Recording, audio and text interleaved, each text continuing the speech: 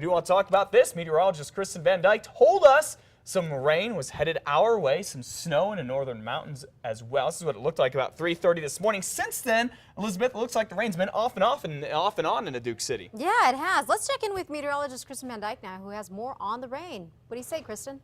Good morning. Yes, showers still rolling through the Albuquerque area right now, so it has been on and off. The next batch moving in right now up near Rio Rancho. Heavier showers up that way between there along I-25 and Santa Fe, so definitely some slick spots on the roads, and then out toward the East Mountains we're getting wet now as well, and up in the Heights and foothills still seeing some of the rain. Of course, we have snow up to the north and even some spotty shower activity going on across parts of southern New Mexico as well. Right now mid-40s, so not too cold out. You definitely want to grab the raincoat as you head out the door to get you through this morning. It could continue to be wet. We may see a few more showers as we go through the morning, and then as we go through the day, just a slight chance for a shower early in the afternoon.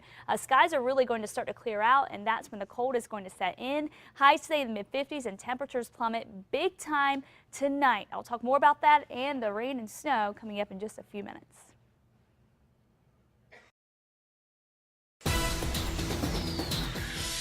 Start out with this new this morning. First responders from Albuquerque Police and Fire Department here at the scene of a pedestrian crash that happened early this morning. This was on Academy near Lowell in the far northeast Heights. We're told this happened shortly before midnight. It was outside of the Pavilion apartment complex. Right now, we have not heard how the person who was hit is doing or if police arrested anyone or gave out any tickets.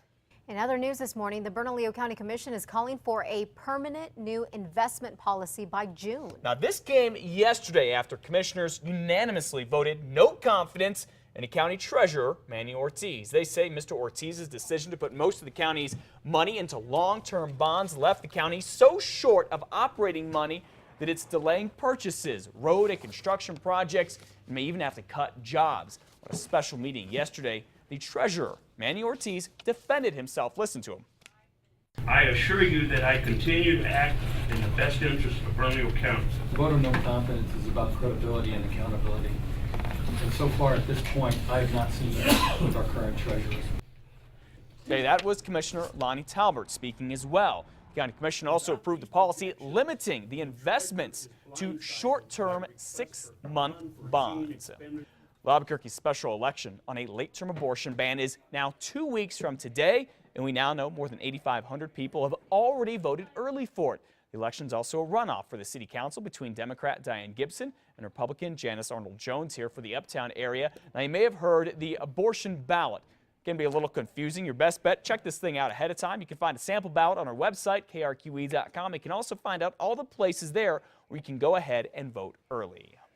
Well, people who frequent prostitutes are about to feel and face more serious consequences in Duke City. Just last night, City Council approved new rules to let police boot people's cars the very first time they get caught with a prostitute. The second time, police can take the car and then sell it. Looks like there's another setback for the controversial horse slaughterhouse in Roswell after it looked like they were getting ready to open. On Friday, a federal judge ruled that the Valley Meat Company and a slaughterhouse in Missouri do not need an environmental review, clearing the way for both to open this week. But yesterday, animal rights groups appealed that decision, and a federal appeals court said no horses can be slaughtered while that is being considered. Well, monsoon season has ended, leaving us with some mixed results. And now that some cooler weather is on the way, we could be a little closer to ending the drought. Yeah, it's certainly going to be a long road to recovery there. So the question we have this morning is exactly how much rain did we get and how much of this is able to be stored? We sent Samantha McDonald to go ahead and check this out. She is live in the Bosque here in Albuquerque to tell us more. Sam, raining out there right now? Yes, Matt, it's a good thing it's raining because the Rio Grande needs a lot more water to get back to normal. Drought season improved a little bit after the monsoon season, but it's not enough. So take a look at this video. Rio Grande flows into Elephant Butte Lake, a reservoir that supplies people in southern New Mexico, Las Cruces, El Paso. Before monsoon season, Elephant Butte was at 2 to 3% capacity, but in August, after all the rain, it rose to 10% capacity. That's a good volume change, but overall it's still pretty empty.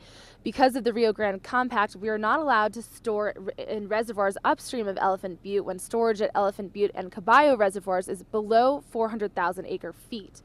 Right now, storage is far below that, so none of the water can be stored upstream in reservoirs like El Vado. If the level of Elephant Butte raises to 50% capacity, officials say we'll be in good shape because then we can store water upstream again and have a much better supply for both northern and southern New Mexico. With a good season of snow, we could get there. It's the snowpack that makes a big difference. Rain doesn't have a lot of volume behind it. Snowpack can bring in much more volume, so we need a few good snow years. Without enough snow, experts say we could get back to where we were before monsoon season, so that's no good. Back to you guys. All right, thank you very much, Samantha. As you know, we're not out of this drought. Officials predict it'll take years and years of rain and a lot of snow to get completely out of it. We didn't get into it overnight. We're not going to get out of it overnight. 5:36 now. The president of the Albuquerque Police Union is now asking the city council to approve a plan to train all APD officers to use assault rifles. I think if they're all professionally trained and mentally aware of how it shoots and how to use it, and they're capable of doing it and trained early on from the start of the academy setting, it would be beneficial to all officers. Police Union's president there, Stephanie Lopez, says right now officers are trained to use handguns and shotguns, but she says assault rifles are more powerful and more accurate. Ms. Lopez says during the shootout 9 days ago, where the man you just saw with an assault rifle hurt 3 officers and a deputy, is just one of the reasons the union wants this training. Acting APD Chief Alan Banks told the council last night that only officers with sound judgment who want to carry the assault rifles should be allowed to have them.